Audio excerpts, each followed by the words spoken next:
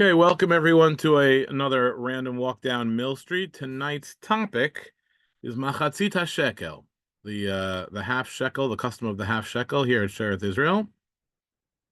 I hope you'll enjoy it. It's a kind of short topic. I also have this nagging feeling that I've spoken about it before, although when I went back to look at the videos, I couldn't find it. So hopefully this isn't repetition for you. Okay, so the starting off point for this, there are two starting off points. The starting off point for this class is this Shabbat. This Shabbat is Parashat Shekalim, Shabbat Shekalim, which we're going to talk about not in great detail, but we're going to discuss what it is and where it comes from and why it happens on this Shabbat. But basically, it's not a mystery. We're talking about the custom of the half shekel tax from the days of the temple and how that has evolved into customs today here at Sheretz Israel and throughout the Jewish world. And then it leads to what we do here at Sheretz Israel, which I think most of you have probably seen. Anyone who's been here in the synagogue for Purim will probably be familiar with our custom, but hopefully I'll be able to share with you a few lesser-known aspects of the Machatsit haShekel history here at Sheretz Israel. And with that, I will start my screen share so we can take a look at the PowerPoint.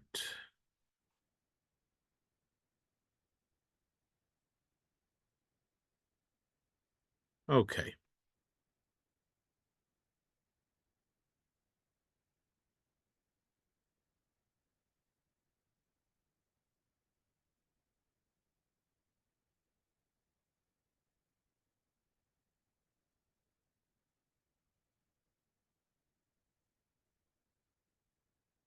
Okay.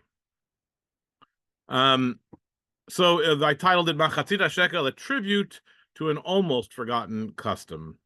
Maybe I was taking a few liberties. I guess it depends on how familiar you are with it or not. But I think a lot of people are familiar with the Machatsit haShekel, but more people than you realize don't know what it is. So that's why it gets the title. Tribute, I was trying to play around a little bit because the Machatsit haShekel is a temple tax, is a tribute. Okay. So we start off with this Shabbat.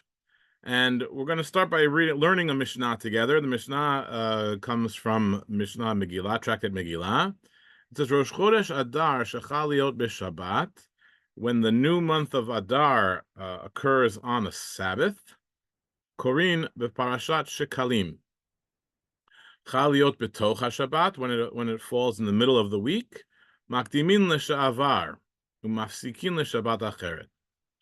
You begin from the Shabbat before, meaning the parasha of Shekalim is read the Shabbat before Rosh Chodesh Adar. If Rosh Chodesh Adar falls on Saturday, then you read this parashat Shekalim, which we're going to see what it is. And if it falls during the middle of the week, you read that parasha, the Shabbat before. So what is the parashat Shekalim? That is the section of the Torah dealing with the half shekel temple tax. And I've copied it here for you. It comes from the parasha of Ki Tisa. We read it recently, and now we're going to read it again tomorrow, this coming Shabbat, I should say, because Rosh Chodesh Adar is on Sunday. And if you read through it, I think I'd like to read through it just because there are some aspects of it I want to emphasize a little later on. But we don't need to, we're not doing any kind of textual analysis, so I think we'll read it in English, just so that everybody gets it, and it won't need any special translation.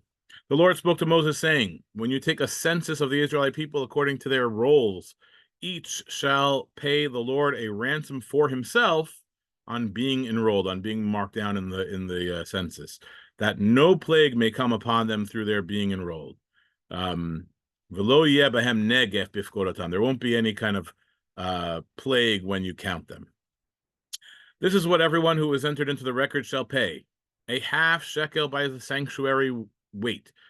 Machatsit haShekel b'shekel hakodesh. What is that? 20 geras to the shekel, a half shekel as an offering to the Lord. Everyone who is entered in the records from the age of 20 and up shall give the Lord's offering. Everybody age 20 and over has to give it. The rich will not pay more, the poor shall not pay less than the half shekel when giving, when this is an important line, Ashir lo yarbe v'hadal lo yamit mimachazit hashakel lateta terumat Adonai lechaper al nafshotechem. When they can, the rich won't give more, the poor won't give less. When giving their tax to the Lord, and then the key words that I'm emphasizing here, as a atonement for your soul. You shall take this kesef haKippurim, which they translate here as expiation money, from the Israelites and assign it to the service of the tent of the meeting, the tent of meeting. Menatata oto al avodat ohel moed, to the service of the temple, or the Mishkan. It shall serve the Israelites as a reminder. As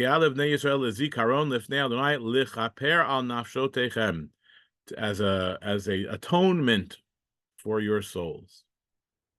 So the half shekel tax is universal tax for adult, we learn out later on, males of in Israel to pay for the service in the Mishkan, later in the temple, and it serves as an expiation of one's sins, which can we can talk a lot about that, but here I just want to note that it pays for the korban tamid, the daily sacrifice, which is itself a form of how the people become atoned, how atonement is done in the religion of the cult of the temple.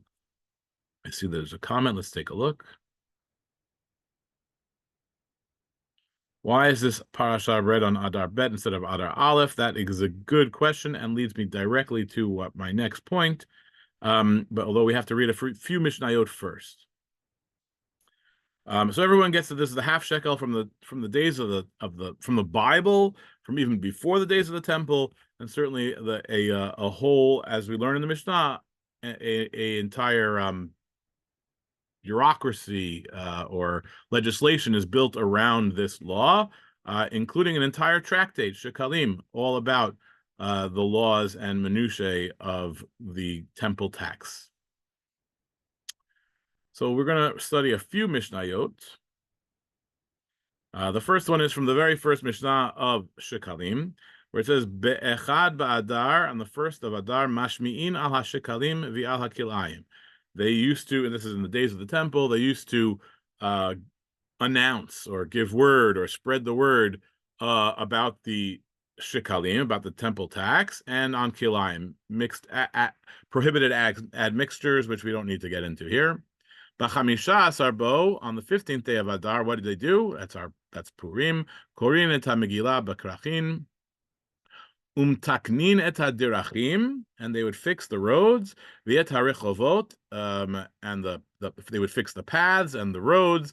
V'et mikvaot hamayim, and the cisterns of water, the baths of water for ritual purification. V'osin kol tzorchei harabim, and they would do other communal activities.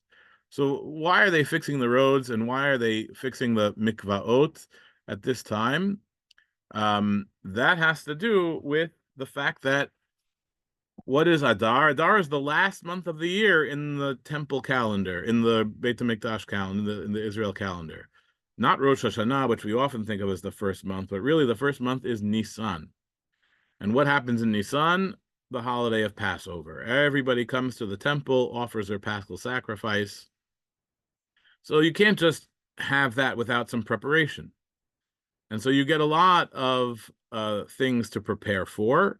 One of them is the actual temple tax, which will pay for the communal sacrifices, not the paschal sacrifice, that's incumbent on every household, but for the tamid and the other communal sacrifices, the musafin that go throughout the year, and the korbanot brought on Yom Kippur, all of that has to come out of the temple tax. And so they collect it from Adar. They announce it through Nisan.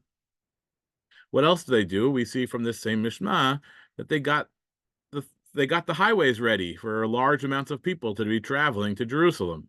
They got everything in order. They got the mikvaot ready because people have to be ritually pure. We will read in a few weeks the parasha of Para, because that's how you become ritually pure to enter the temple. So the red heifer has to be explained, and that minhag, that procedure has to be followed. So that's why it has to occur on the Adar Bet, the second Adar, because it's connected to Pesach, the preparations for Nisan. Now we take a look at the third Mishnah in Shekalim. This is the second Mishnah on the page here. B'chamisha asarbo, on the 15th day of Adar, shulchanot hayu yoshevin b'medina. They would set up tables. And Be'esrim v'chamisha, on the 25th of the month, Yashavu b'mikdash. They would set those tables up in the temple itself. They did it in the countryside, then they did it in the temple. When they started sitting in the temple, hitchilu mashkein. They would start to do the exchanges. You had to give a temple tax. You had to give a half shekel. What if I only have dollar bills? What if I only have other kinds of currency? I don't have an actual half shekel. So there were literally money changers in the temple as well as other places where you could redeem other things of value for your half shekel tax, and then you would drop it in the horn or the box, and you would pay your temple tax. By the way, not to belabor this issue, but in the New Testament, it's one of the things that Jesus complains about is the money changers in the temple. But it's actually pretty central to the cult of Judaism to be able to give this half shekel tax, and it was an important thing.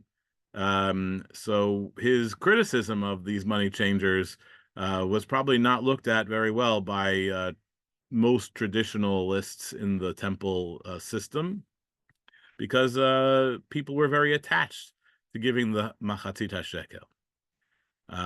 There is a story in Josephus that in the year 30, I guess that's after the crucifixion of Jesus, but before the end of the temple. So the last decades of the Second Temple, the people from Babylonia, like thousands of people, would accompany the caravan of the half shekel tax from Babylonia to Jerusalem to the temple, presumably to protect it because it was such a valuable caravan that thousands of people would come with it to Jerusalem to pay the tax instead of just sending it along. Now just another few Mishnayot to give you a sense of the laws in the Second Temple days, how the half shekel tax was administered in the Second Temple days. So this comes from the second chapter. Mitzarfin shekalim ledarkonot mipnei masui haderech. So they would exchange the half shekel. So let's say you were not living in Israel and you weren't coming to Israel. But you still had to pay this biblical obligatory temple tax. So you would pay your half shekel to the local authorities, let's say in Bavel, I don't know, wherever you're living, or in Alexandria or something like that. And they would exchange all those silver coins for larger denomination gold coins, because it's a lot easier to transfer fewer coins than to transfer all these half shekels. So they would exchange it into a larger denomination of gold and bring it from far away to Jerusalem. And then it says, Kashem shahayu shofarot b'mikdash, just like there were these collection horns, literally like a horn, where you would drop money in and it would go down. Kach hayu shofarot b'medina. So they also had these kinds of collection vessels in the countryside, the rest of Israel. And then the final one to review kind of a little bit is what they did with this tax. That comes from the fourth chapter of Shekalim. Hatiruma mahayosin. But what did they do with the collection, with the money that was given? Lokhin batimidin. They would purchase in the temple. The Kohanim would purchase the daily sacrifice, umusafin, and the extra sacrifices for Shabbat and holidays, viniskehem, and the wine libations, haomer, the meal offerings, ushtei halechem, and the loaf offerings, the chol hakorbanot hatzibur, and all of the communal sacrifices that all were paid out of this half shekel tax. So really, it paid for almost the entire cult of the temple on a daily basis. With only things that are excluded are the individual sacrifices made by people throughout the year, which were also important, but it really paid for much of the temple cult itself. Okay, so much for the biblical origins and the administration of this at least during Second Temple days, as described in the Mishnah. So now we come to the halacha, today's halacha. We're going to start with the Rambam. Rambam says, haShekalim einan nohagin ela b'fnei habayit. The giving of the temple tax, the Machatsit HaShekel, was only accustomed during the days in the temple. It was only done in the temple. Ubizman shebeit mikdash kayam, and in the days when the temple stood, notnin haShekalim bein be'eretz Yisrael ubein b'chutz la'aretz. Whether you were in Israel or in the diaspora, you had to pay this tax during the days of the temple. Ubizman shehu charev, but after the destruction of the temple, afilu be'eretz Yisrael ein nohagin. Nobody paid the temple tax after it was destroyed. Okay, Rambam says there is no halacha to give the half shekel tax after the destruction of the temple.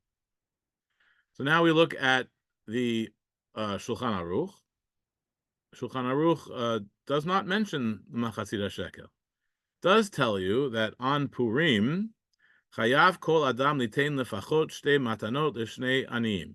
That's the halacha of matanot la'evyonim from the Megillah, the mitzvah of giving to the poor on Purim itself. And he says, as we know, the halacha is to give at least to two paupers, to give charity to two needy persons on Purim. Doesn't say anything about Machatsit HaShekel. But there is a gloss, an Ashkenazic gloss from the Ramah. Haga yesh omrim sheyesh litein kodem Purim Machatsit min hamatbea hakavua. And there are some who say, or there is, it's a custom, it's appropriate to give prior to the holiday of Purim a half coin of the standard currency, hakavua ba'oto makom, whatever the standard currency is in your place, u'ba'oto zman, and in that time. So if it's thalers or Spanish galleons or dollars or lira, whatever it is, you're supposed to give a half of the standard coin. Zecher lemachatsit hashekel, in memory of the half shekel tax of the temple. Shayud notnin ba'adar, which was given in the month of Adar.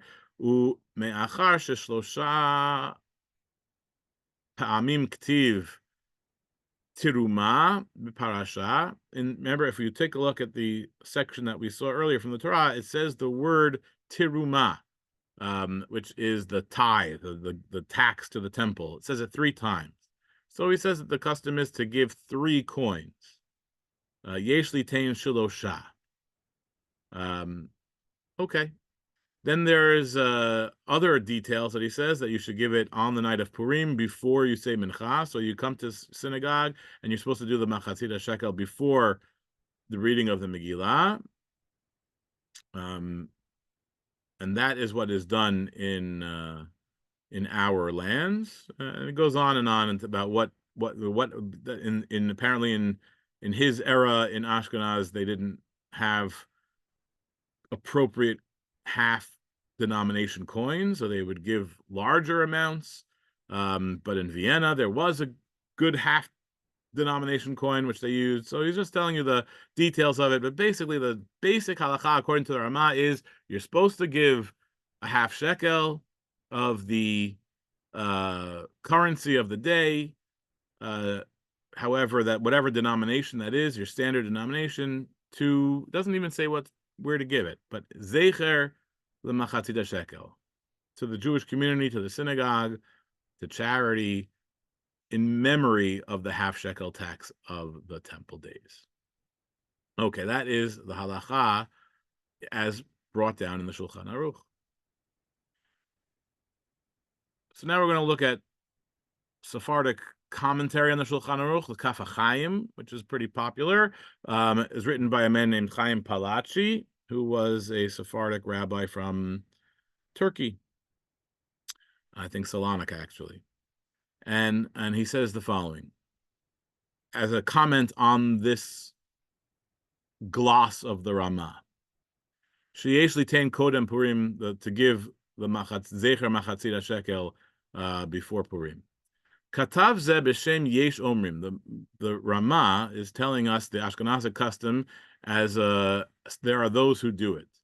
The fee, why? Sheharambam, v'hatur, v'hashulchan aruch, all the three great Sephardic codes, Maimonides and the Tur and the Yosef Karo, lo hiskiru mizeh klum.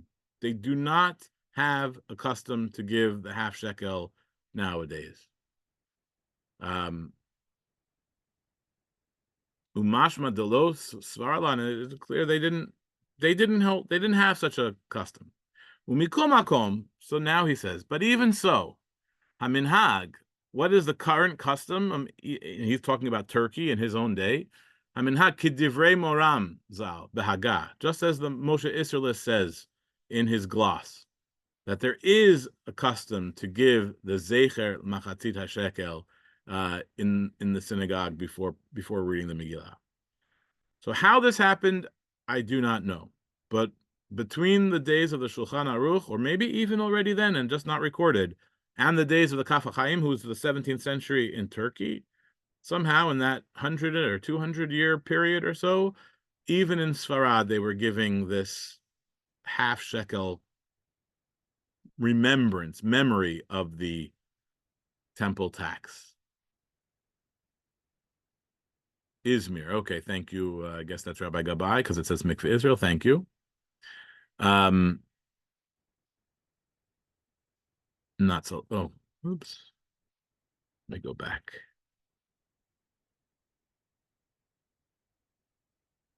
Okay, so that is the essential halacha. Ashkenazim have a long-standing minhag to do this half shekel tax. Sephardim, even though there's all the codes don't say it, but it seems like it's fairly widespread to do it anyway. And we shall see that is the custom here in Sheretz Israel as well. One slight difference, and you can see it in the second paragraph here of the Kaf HaChaim. Al ken mi sheyado maseget yesh, a person who wants to extend his hand, lasot zecher Machatsit HaShekel b'shleimut, he should give it in full. Dahainu sheyitain matbea shematzoi be'oto makom. He should give a coin that they find in that place. Sheshmo Machatsit, that it's a half denomination. V'yesh bo kesef mizukak shiur, and it should have silver. It should have the silver content of the same amount as the Machatsit HaShekel or greater. This is not something that is in the Ramah. So Ashkenazim, and this is halacha today, generally give $3 or whatever denomination they find themselves in, even though today the $50 don't have any silver in them. Doesn't matter. That they just do this anyway. Whereas Sephardim are usually careful, those who do this custom, to give something with silver content. And they get very into the minutia, which we don't have to do today, but 9 grams, 10 grams, how much weight of silver do they have to have? What's the value of that amount of silver? So they can give at least a value, even if they're not going to give a silver coin. But generally speaking, Ashkenazim who are careful will give $50, either $1 half or $3 half. and are not as concerned about the actual silver. And Sephardim are usually attempt to give actual silver coinage.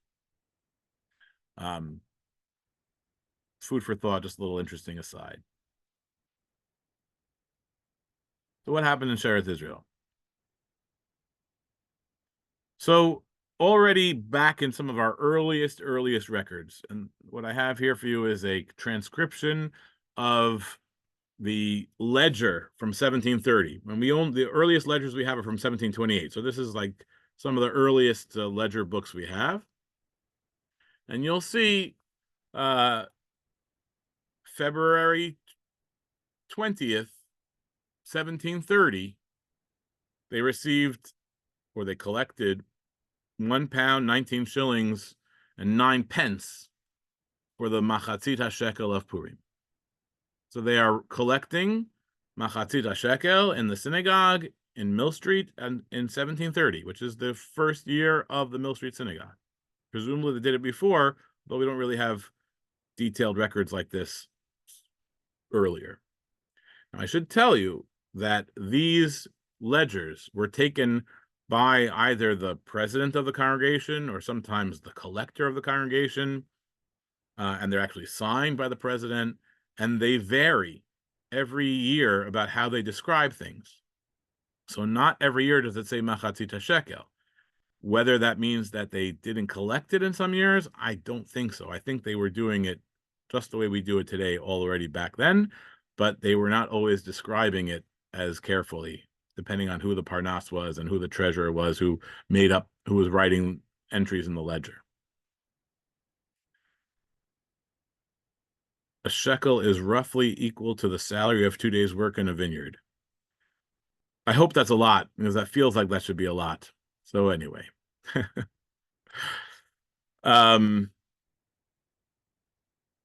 Okay, so that's just evidence from early days of Sheretz Israel history that they were giving Machatsit haShekel and collecting and accounting for it in the finances of the congregation.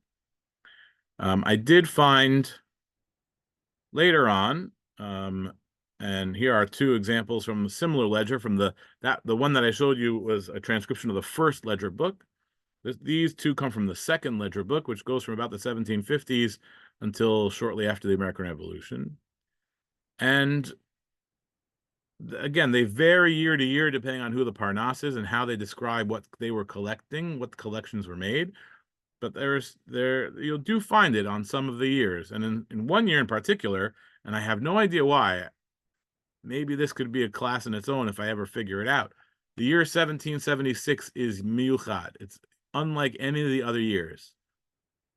Happens to be that's also the year of the beginning of the American Revolution. Is that coincidence? I don't know. But what happened in 1776? There are several people: Samuel Myers, Solomon Simpson, Isaac, I can't even see what it says. Isaac somebody, Matthias Gomez, Isaac Adolphus, Matthias Gomez, and Isaac Moses, who are all Parnasim for Machatsit haShekel.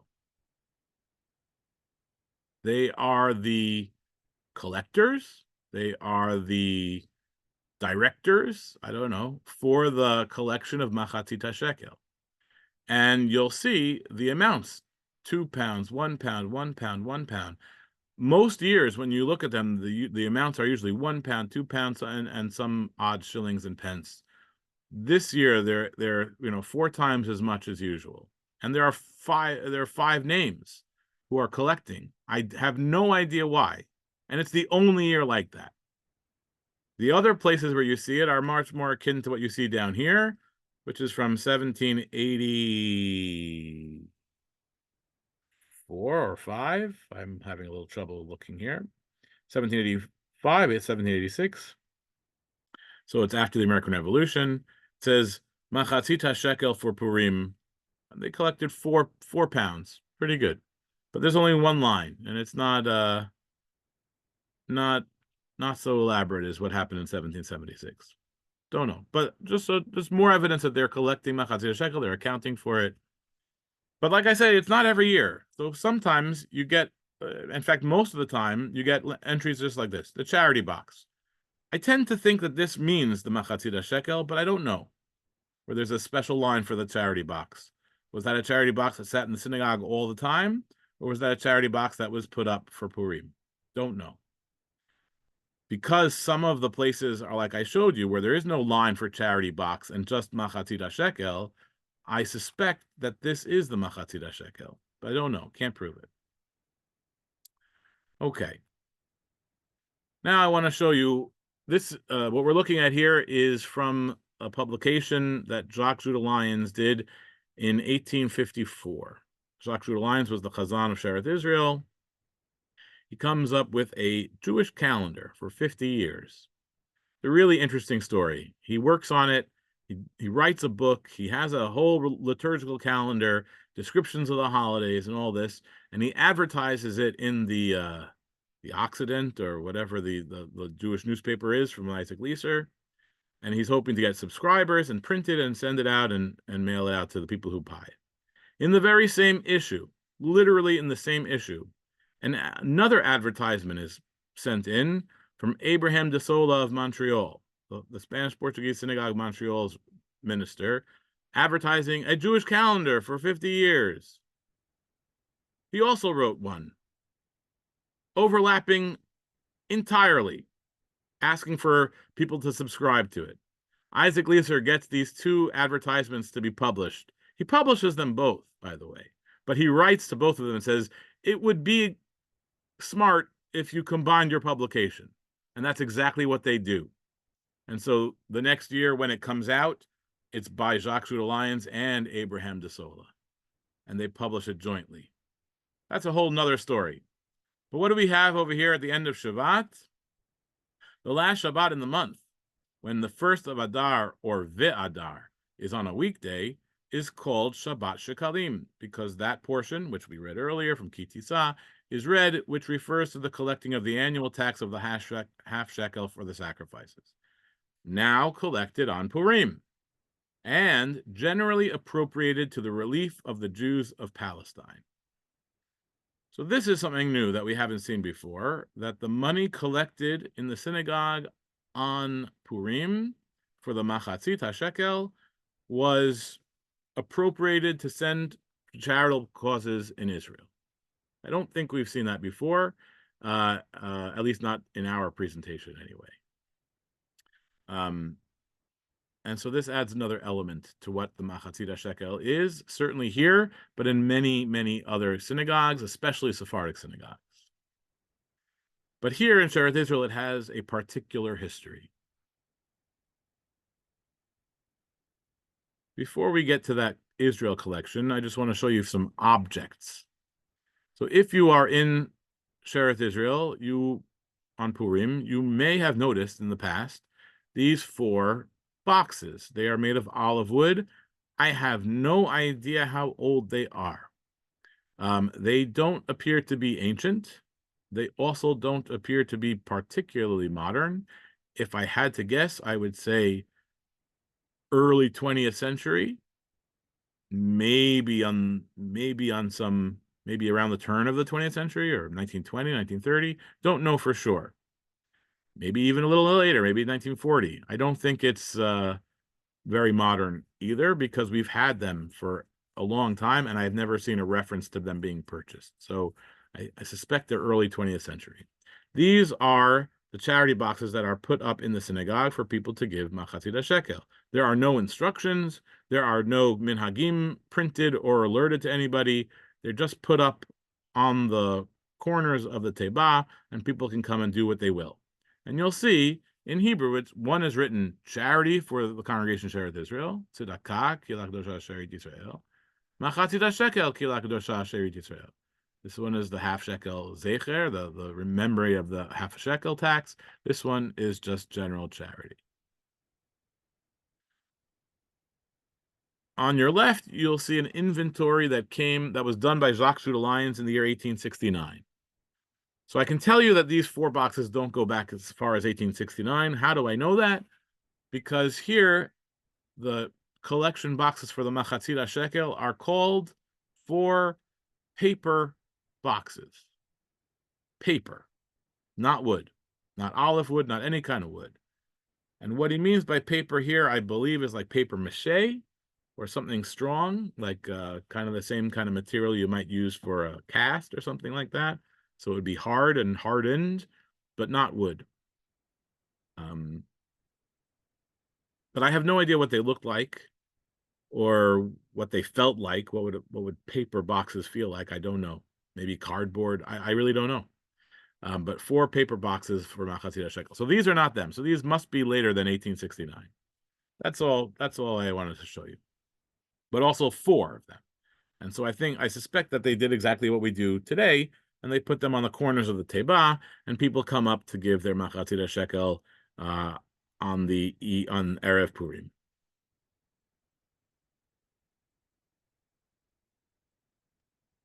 Oh, this is a slide I thought I got rid of, but this is how it's done in other places. The bottom is a picture of a synagogue in Israel, and there'll be on a table lots of charities, all sorts of different charities, each of different cause, and it'll just say Machatsit HaShekel or Zecher Machatsit HaShekel, and JNF or Hadassah Hospital or Yeshiva so and so, and they each put a box down and they hope to get some money from the congregants.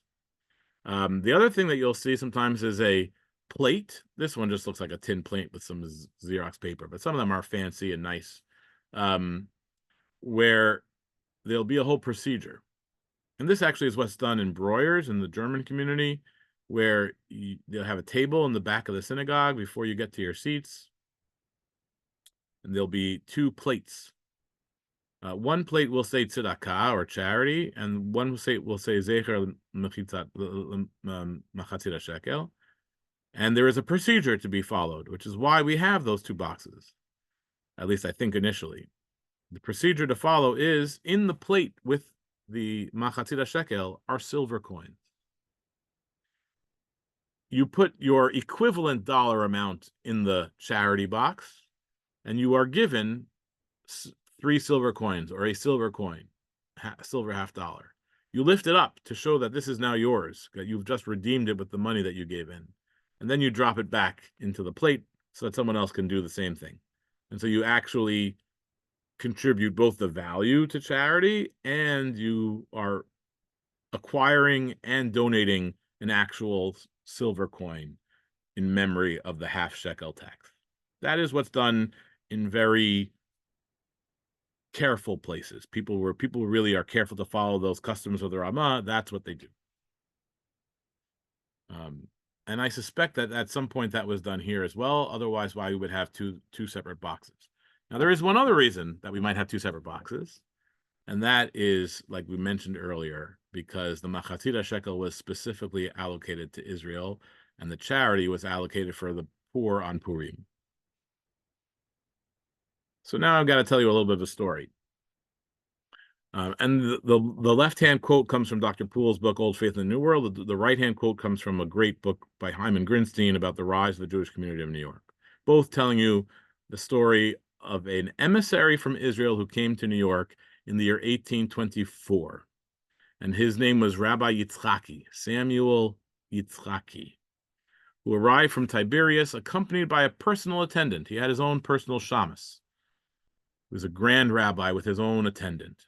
And he came to New York to raise funds for his community, which he reported a confiscatory tax of 8,750 guineas. I don't even know what that could possibly be, but it must be a very large amount, had been set by the Ottomans on Tiberias for expenses of the war. I'm not even sure what war it's talking about. 1824. Have to research that. To meet this requisition, the Tiberias community had taken a loan and gave the synagogues and other communal buildings as collateral. Many of the Jews of Tiberias were being held in prison until the whole sum was paid. Rabbi Yitzchaki collected $179.55 from individuals here at Shereth Israel. The congregation undertook to add another $150 on condition that this amount would all be sent directly to London and not paid through emissaries. We want it to go to London and then to Tiberias. We don't want you, Mr. Rabbi Yitzchaki, taking this money away from us. They paid $60.50 for board and lodgings for Rabbi Yitzhaki, so a pretty large number, and his attendant. And then they paid $45 to get them out of New York and go to Charleston. So they spent a lot of money on this fellow in 1824. And then it says in that same year, in 1825, or I guess shortly thereafter, you find in the notes of Sheretz Israel the following resolution in the minutes. The congregation shall be informed that all donations or offerings of the tribute money, and by this I believe they mean the haShekel tax, I don't know, the tribute money for the relief of our brethren in the Holy Land will, when the sum is sufficient, be remitted to London for its pious purpose, and offerings for the same are authorized until the last day of Pesach. So if you put money in the box for Machatsit haShekel, or you make a donation until the last day of Passover for Machatsit haShekel, your tribute, your annual tribute money, we're not going to send it with an emissary. We're going to send it to London, and they'll send it to Israel. Because there was apparently some kind of mistrust of Rabbi Yitzhaki, or at least they thought that Rabbi Yitzhaki was living large. The same story is told in Grinstein with a little more color. In 1824, Samuel Yitzhaki, accompanied by a servant, arrived with letters from Tiberias. Yitzhaki seems to have emphasized the need for the Jews of New York to send their shekel money to Palestine. This point figured quite prominently in Palestinian collections thereafter. Sheretz Israel, in compliance with his request, made both a general collection and one of the $150 of the congregational money, of shekel money. The trustees, it would appear, were in favor of sending these funds directly to London for the transmission to Palestine. Yitzhaki, however, maintained that the shekel funds needed a messenger and could not be sent through ordinary mails. By means of this argument, he prevailed upon the congregation, which had previously voted to send the funds to London, and to alter its plans and give him the money. It is difficult to determine whether Yitzhaki was an impostor. From the whole transaction and subsequent events, the impression is clear that after this experience, Sheretz Israel dealt more cautiously with Palestinian messengers. So here is an interesting event. This fellow comes from Israel, raises money. The synagogue raises a lot of money for him, but also spends a lot of money on his upkeep and is happy that he goes away, and then makes a rule that we're not doing that again. So that's an interesting story. But what this leads to is the creation of a particular society called Chevrat Tirumat HaKodesh, the Society for the Holy Tax Money, Holy Tirumah, the Holy Tithes. And that was a society which gave money to Israel from Sheretz Israel and other communities in New York. And here is the way they wrote to Sheretz Israel. In 1833, so just a few years later, the president of the Chevrat Tirumat HaKodesh writes to the president of Sheretz Israel that says the following. At a meeting of the managers of the Chevrat Tirumat HaKodesh Society for the relief of distressed brethren in the Holy Land, following resolutions were passed. First, that the president be directed to apply to the several officers of the different congregations. So in 1833, there were a handful of congregations in New York, Sheretz Israel, B'nai Jeshurun, Shari Tefillah, maybe one or two others, for permission to put up boxes for the reception of charities for the benefit of their society in different synagogues.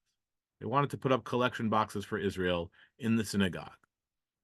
Second, that the president request the trustees of the different congregations, again, to hand over to the treasurer of their society the Machatsit haShekel that may be collected on the ensuing Purim. So they asked two things. One, can we put a collection box in your synagogue? Two, can you give us the Machatsit haShekel to send to Israel? And so that is exactly what happens. And when you come into Sheretz Israel, you may have noticed this box, which is standing or attached to the wall near the stairs on the way up. It is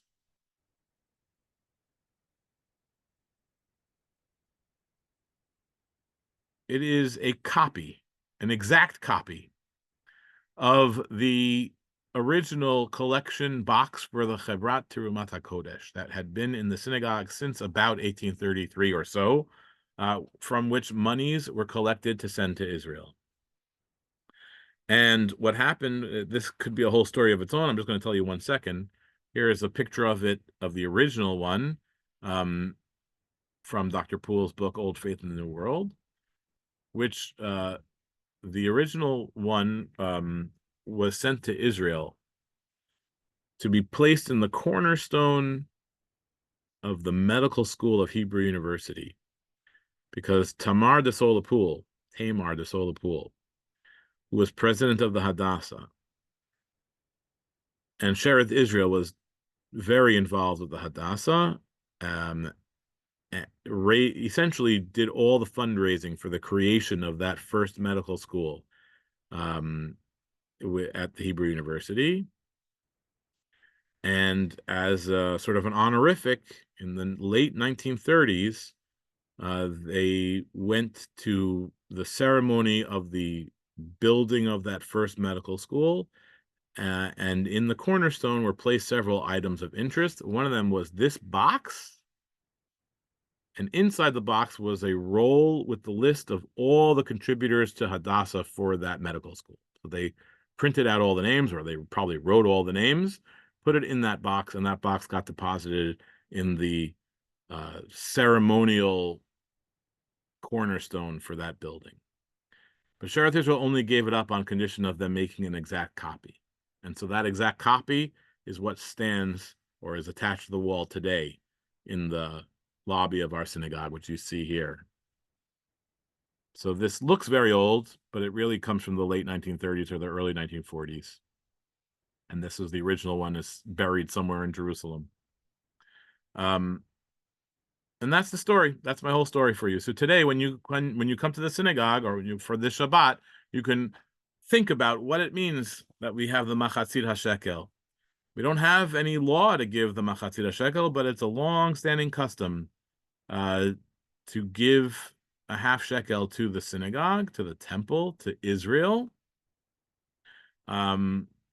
which was used for the cult of the temple back in the temple days, and now is used to support Israel causes. And if you come to the synagogue this Purim, you can observe this custom. Whether you put in a silver coin, whether you put in dollar bills or half dollars, I think in any way you do it, you will have fulfilled the remembrance of the half shekel tax of the temple days. And that's my presentation for you today. I hope you enjoy. I'm going to stop the share. I'm going to let everybody talk. How do I do that again? Okay, there we go. Rabbi Gabai, what do they have similar boxes in Israel? Not nowadays. Maybe before, but not nowadays. Well, maybe never. I mean, it's a thing that it seems to be a common Sephardic custom, but it's in there's no halacha of it.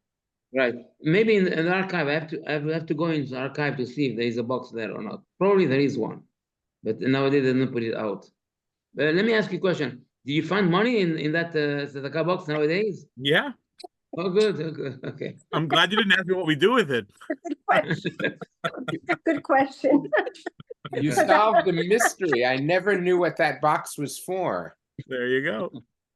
Right, now we know. Now we know. Thank you, Todarova. Thank Thank you. I might be misremembering, but I seem to remember many years ago also, they put the boxes up downstairs when they had firm services downstairs during the day. I seem to remember, because I remember putting money in a box, but this goes back a long time ago. Do you mean where do you mean when you say downstairs? Well, the room that's still there. The Levy Auditorium or the Levy. Yeah, Levy. I seem to remember that. But not usually. They may okay. Not in my days. Let's put it that way. Okay. They would always attach it in the synagogue. But right. You have to remember there were a few years in particular around, was it 1999 or 2004? Yeah. When they were right? windows when we didn't Right. pray upstairs. Right, right. So it So could maybe be your that's what memory I'm is for the, one remembering. of those They times were, when we yeah, prayed in the levy. yeah. Okay, thank you. Okay, everybody. Chodesh Thank you. Tov for this coming Sunday. Make sure you go to synagogue and hear all about the Machatsit HaShekel, and all the other 4 parshiot coming up in the next couple of weeks. Okay. Thank Toda, you. toda. Thank you, Z. Z, Thank did you. Thank you. be a quick question? Yeah. Following up our conversation about grace after meals, I'm just using this to try to nudge you. Okay. Dan wants me to publish, and he said he would help us, the Dr. Poole Grace After Meal book. So thank you, Dan. I'm gonna try. I'm gonna work on it. And if anyone else wants to help us, more the merrier. Good. Okay. Oh yes, yeah. Okay. Thanks. Hello. I don't know Bye, if I guys. get. Bye. Hello. Yes, Mr. Sabag. Well, Sabag is Dr. Goldman.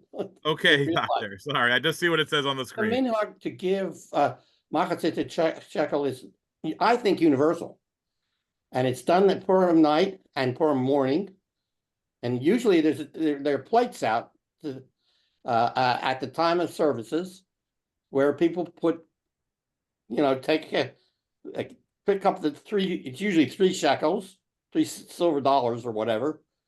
You pick it up and then you put money in So replacement. I think it's universal among Ashkenazim. Yes, we're talking Ashkenazim. Yeah, I think it's not universal among Sephardim, although it's very common as well.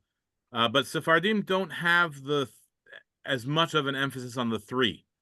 Usually just do 1 coin, but they're more makbid about silver than the Ashkenazim. Yeah. But thank you. Yes. Thank you. Yes. Take care, everybody. Bye.